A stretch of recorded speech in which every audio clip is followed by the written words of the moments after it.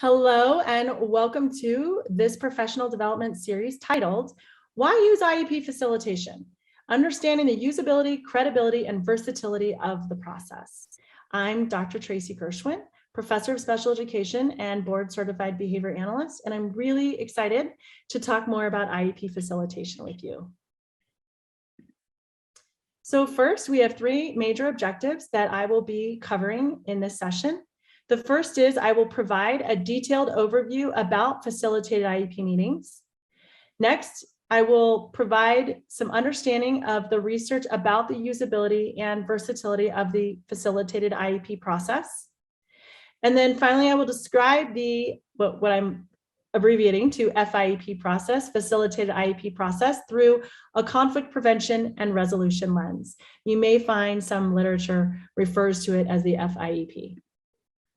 Before we get going on this, the first thing I always want to emphasize is that students should always be considered the first and most important member of the IEP team. So while we talk about facilitation, there is a lot more language that's specific to the families and the professionals or the educators involved rather than the student. But I wanted to make sure that I acknowledge to the group here that the student is always the most important and that I hope that they're involved in any way through the facilitation process. And then also, I will be using the words families and parents and teacher, educator, and professional interchangeably so that I'm able to speak to the variety of families and educators that we have in our schools. So first, I always like to start with the why of facilitated IEP meetings, and it all comes down to the importance of a trusting family professional partnership. Trusting family professional partnerships are characterized by an alliance in which families and professionals confidently build in each other's word, judgment, and wise actions to increase the educational benefits for students and themselves.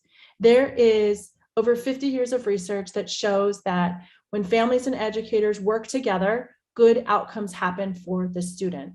So why are we talking about trusting family partnerships? Why even entertain the idea of a facilitated IEP meeting? Because we want to encourage families and educators to work together as amicably and as closely and shared as possible for the greater the outcome for students. So we can see and have that continuity of services for students in the home, the school, and in the community. When it comes to IEP meetings, unfortunately, trust is often broken during this process. And when we talk about trust, it's important to acknowledge that trust between families and professionals is something that takes place over time. It takes place over shared experiences, over shared reinforcement, over good outcomes, over the understanding that the other is benevolent, kind, honest, open. It takes time and experiences to build that trust.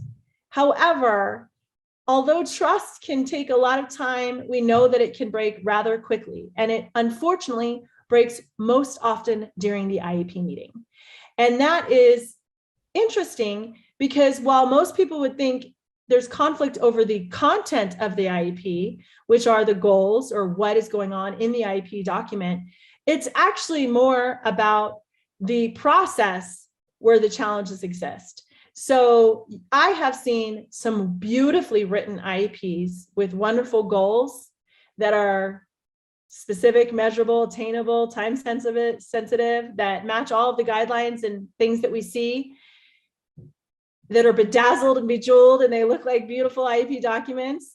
And then unfortunately, I've seen a process that's really not meaningful for the families or the professionals, that's not trusting, that's not equitable, that's not meaningful. And despite a beautifully written IEP, the process itself brings that team down to a lack of trust or broken trust altogether.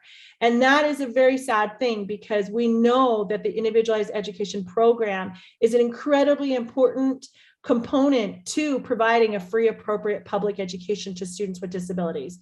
So the less our IEP meetings are trustful, the the more challenging outcomes we have for our students. So knowing that trust is often broken during this process means we need to find ways to build that trust between them. So why does trust often get broken during the IEP meeting? Let's talk about why conflict happens.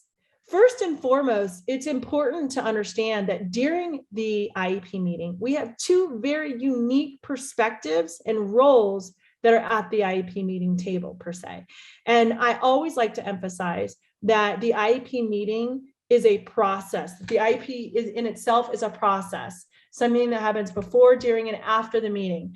But when we're actually at the meeting and before, we have two completely different perspectives. And unfortunately, we hear people sometimes say, well, it's the school versus the family, and it's not that at all. It's just two different perspectives, which is perfectly fine and natural. We have the parent, and the parent is worried about their child's academic, behavioral, and social success. But then we also have the school and their unique perspective. And they are worrying about the district, the school, the staff, and all of the students' success. And so when these two parties come to this meeting table, while they have different perspectives, one of the things that we want to be very mindful of, and this is where our facilitated IEP process can be helpful, is it reminds us that although they both have two different perspectives, they still have one common interest, and that is the student. And so the facilitated IEP process helps these two groups come together to understand that shared common interest and understanding of meeting the unique needs of that student and designing a program that can be beneficial for them in the school, home, and the community. So before we talk about facilitated IEPs, let's talk about why we might utilize a facilitated IEP. First, there are many common challenges that have been identified during IEP meetings. In fact, we have so much research about the challenges with IEP meetings that we don't really need any more research about what we know is not working with IEP meetings. There's so much saturation and consistency that it's more beneficial that we just acknowledge those barriers and challenges and instead provide and identify solutions to address those barriers and challenges. And that's what the facilitated IEP does. So challenges during the IEP meeting include mistrust based on past experiences. Oftentimes during the IEP meeting, you may have a family member who comes to the IEP meeting having had poor relationships with previous educators, or maybe even poor relationships with it. Sometimes it can start with, there's many stories of families who've shared the day their child was born or identified with a disability, there was a breakdown of trust, that there was hurtful or challenging, problematic memories that might be associated with those past experiences. And sometimes, unfortunately, those past experiences can kind of cloud us a little bit so that when we come to the IEP meeting, we might be more challenged. I work with a parent who describes it as having scabs on her arm from her previous challenges. She says that she's had a lot of battle wounds from advocating for her child. And so when she comes to the IEP meeting, sometimes there's scabs that are just ready to be opened from challenging situations. And so she talks about how it comes with her. And so that past experience can really dictate how an IEP meeting turns out in some ways. We also know that there's inequity that takes place during IEP meetings. That can include a power imbalance with a large number of educators present as opposed to the family members, as well as an inequity with the process or an inequity with expectations we might have for families. For example, we might expect them to come during the day, during a very difficult time for the IEP meeting. That doesn't meet our needs. We also know there's language, communication, and cultural issues that come to play during the IEP meeting and creates a barrier. We know the difference in values, attitudes, and beliefs between families and professionals can be challenging. Having our own biases or challenging biases that educators might have, there might be different expectations or incompatible goals between the family members and the educators about the child. There might also be systemic or procedural obstacles that take place during the IEP meeting that are naturally challenging with having that meaningful dialogue that the idea intended for families to have with educators during the IEP meeting. And finally, we know there's environmental and economical barriers. For example, during the COVID-19 pandemic, we had many families who were not able to access the internet or Zoom to have any of those types of meetings, or who may not have transportation to come to the IEP meeting at the school. So despite those challenges and those barriers that we've identified, we have identified a possible promising solution, and that is IEP facilitation. We have emerging research that shows it's a very promising practice that can provide family members and educators with an opportunity to address conflict together. So what is IEP facilitation? It is an IEP meeting that is scheduled with a neutral facilitator who is present for the entire meeting. It is for the family and school district to discuss issues and concerns about the child's IEP and educational services. The goal of the facilitated IEP meeting is to exchange information, to consider issues regarding educational services, and to enhance the ability of the parties to engage in difficult conversations.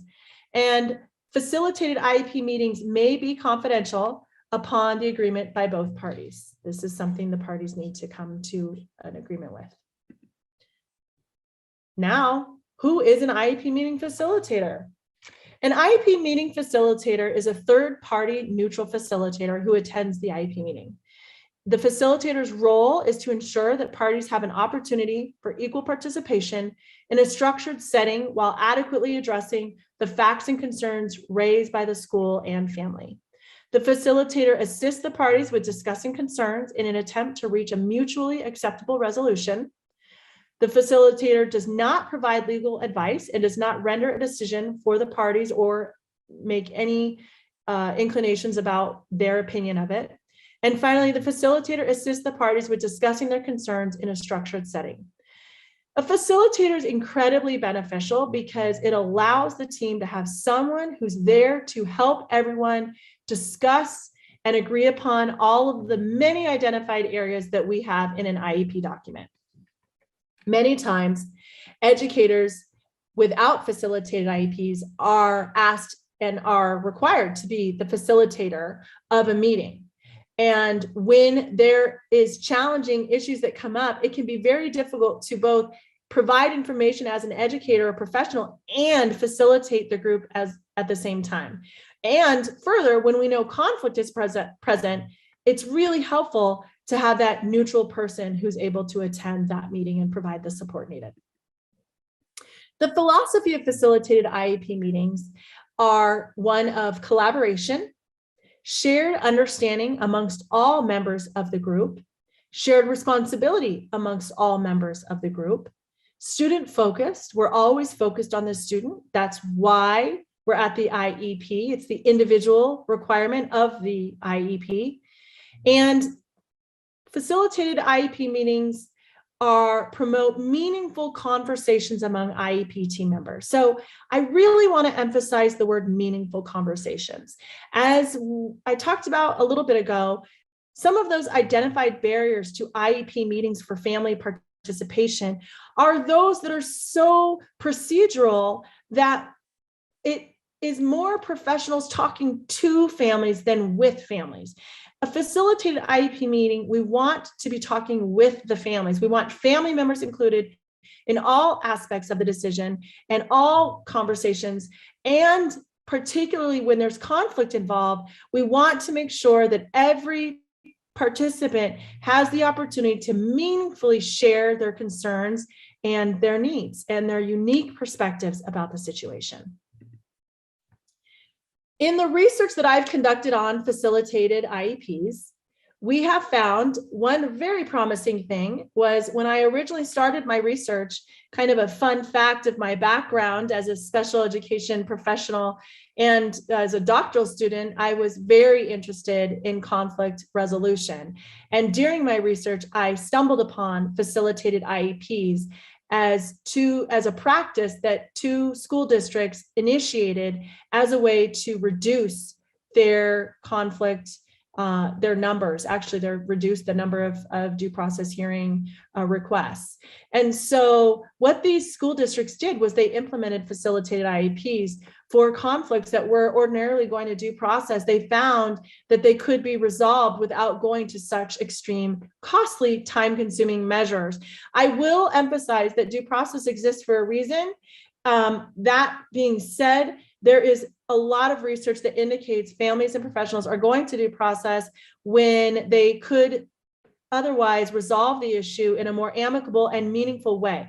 And facilitated IEP has been identified as not only, so in that original research where I came across facilitated IEPs, I came across it as conflict resolution, but through the 20 plus years of research on facilitated IEPs that's been going on here, I've identified that facilitated IEPs are also utilized for conflict prevention. So you don't have to have a facilitated IEP if you're in conflict. You don't have to wait before a fire or a crisis happens. In other words, if you have a meeting and you know, for example, maybe there's a lot of conversational topics we're going to discuss, maybe there's not a lot of people that will be present, maybe there are some pretty intense discussions that we need to have about supports and services to the student, or maybe we predict that maybe there's been some challenges between the family members and the educators communicating in the past. And so it is beneficial in some ways to have that facilitator present as a way to prevent conflict rather than wait for one to happen. So I want to emphasize that this research has indicated that it's not only for conflict prevention resolution, but it's also for conflict prevention. The research about utilizing a facilitator in IEP, facilitated IEP meetings also indicates there are two very essential skills that facilitators need to have. Those are someone who can be neutral and unbiased, and then someone who is trained in conflict resolution strategies. So someone who understands how to promote shared decision-making, how to identify ways for group members to talk about their positions and their interests, to talk about the difference between their positions and their interests, and to talk about the why behind some of their positions, and to really get at what is going on and engage in that meaningful conversation. And then finally, another area of research that we've identified is that the meaningful processes for conflict resolution in facilitated IEPs are that a facilitated IEP is meaningful because it, one, focuses on the student, and two, it builds group agreement and consensus. So we know that there's a meeting process that can be utilized for resolving conflict during the IEP meeting, which empowers the IEP meeting to work together, resolve conflict together, have shared decision-making, and gain group agreement and consensus together.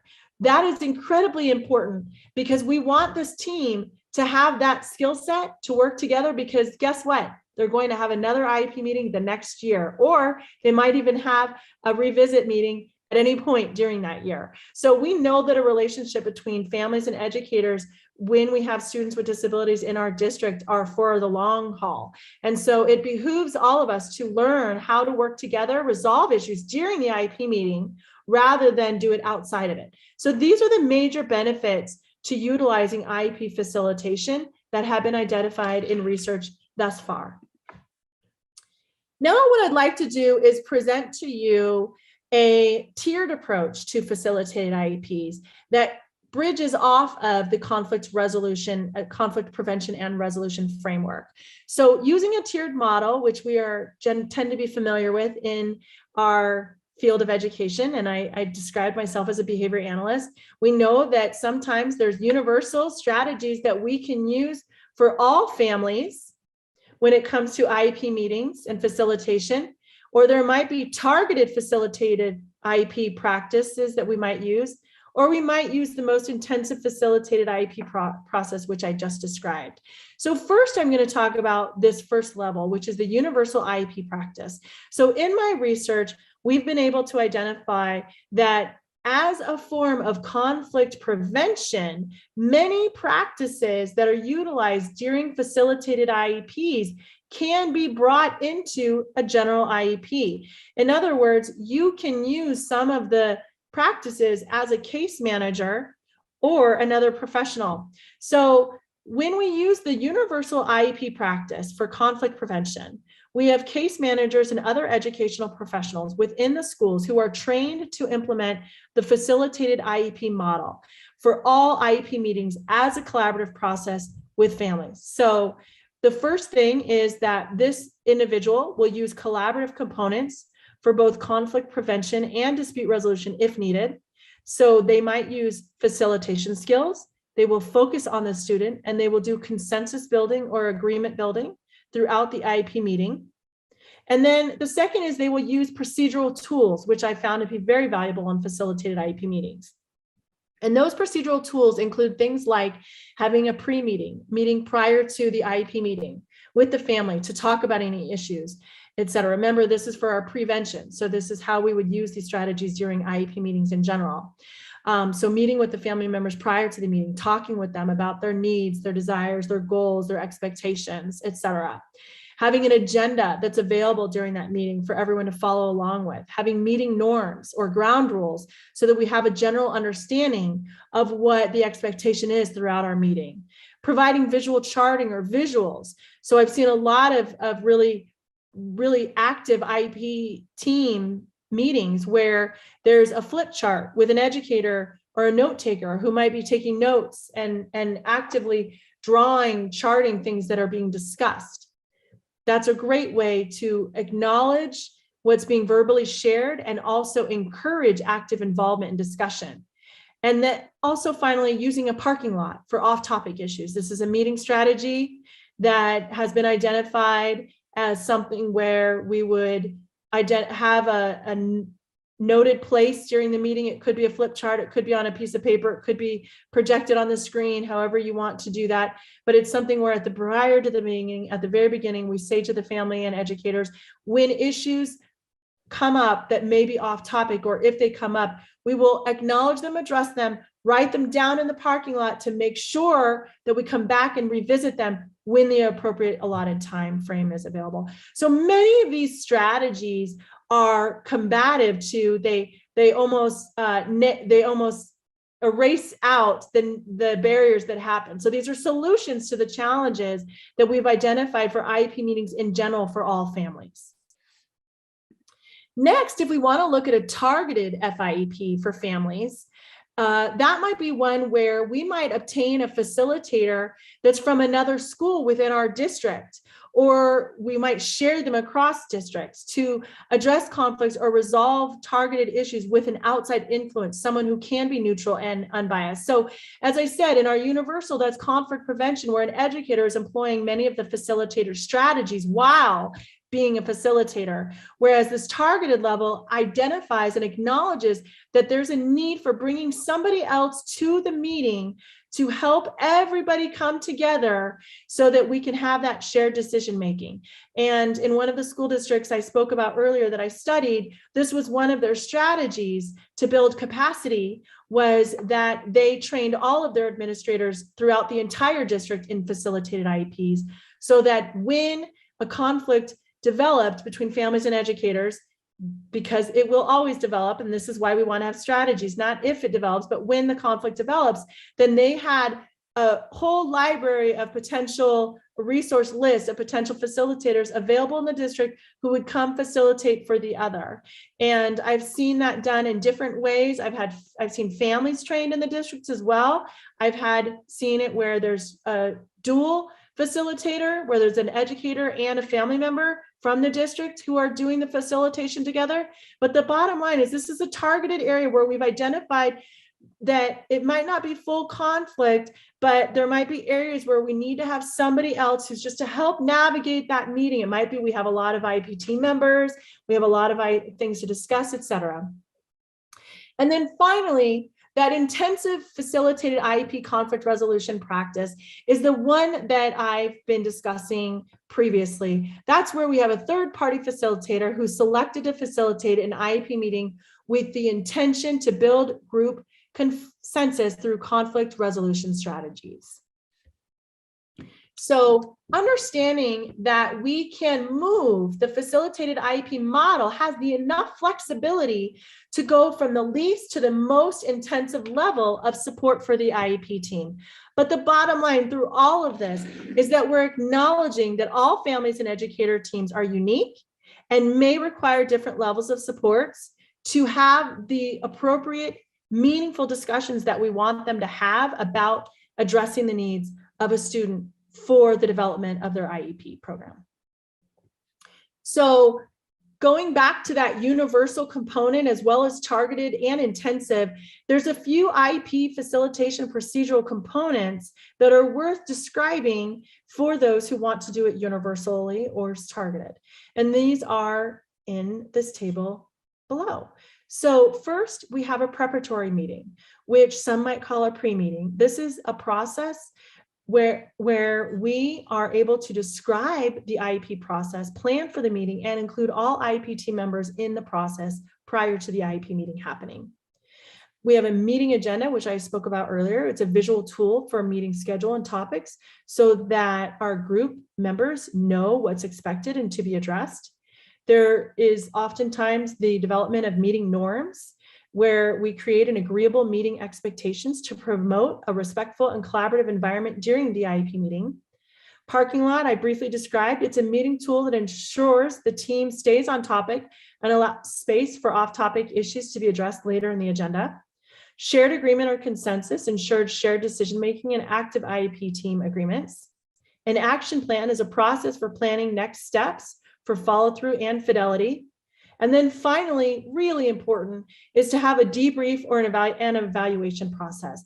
This is where we want to evaluate the effectiveness of the meeting process. So we want to take the time at the end of the meeting to ask all participants, how did they feel the meeting went?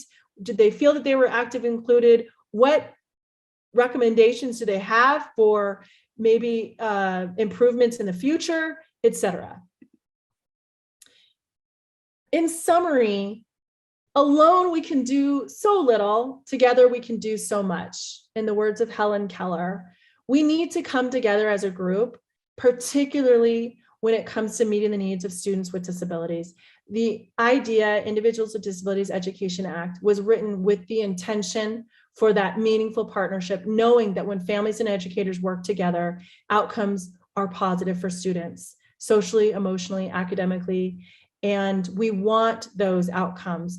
And in order to have those outcomes, we have to have meaningful IEPs created. And if we're unable to do that in a meaningful way, then on our own, then IEP facilitation or components of it can be incredibly meaningful and helpful throughout the team. I would love to see many components that are available throughout that universal application in all of our IEPs, because ultimately, the more we can bring our families and educators together in a meaningful, trusting, and equitable way, the more likely we're going to have an agreeable, meaningful outcome for our students and our group in general. And that is the end of our module. Thank you.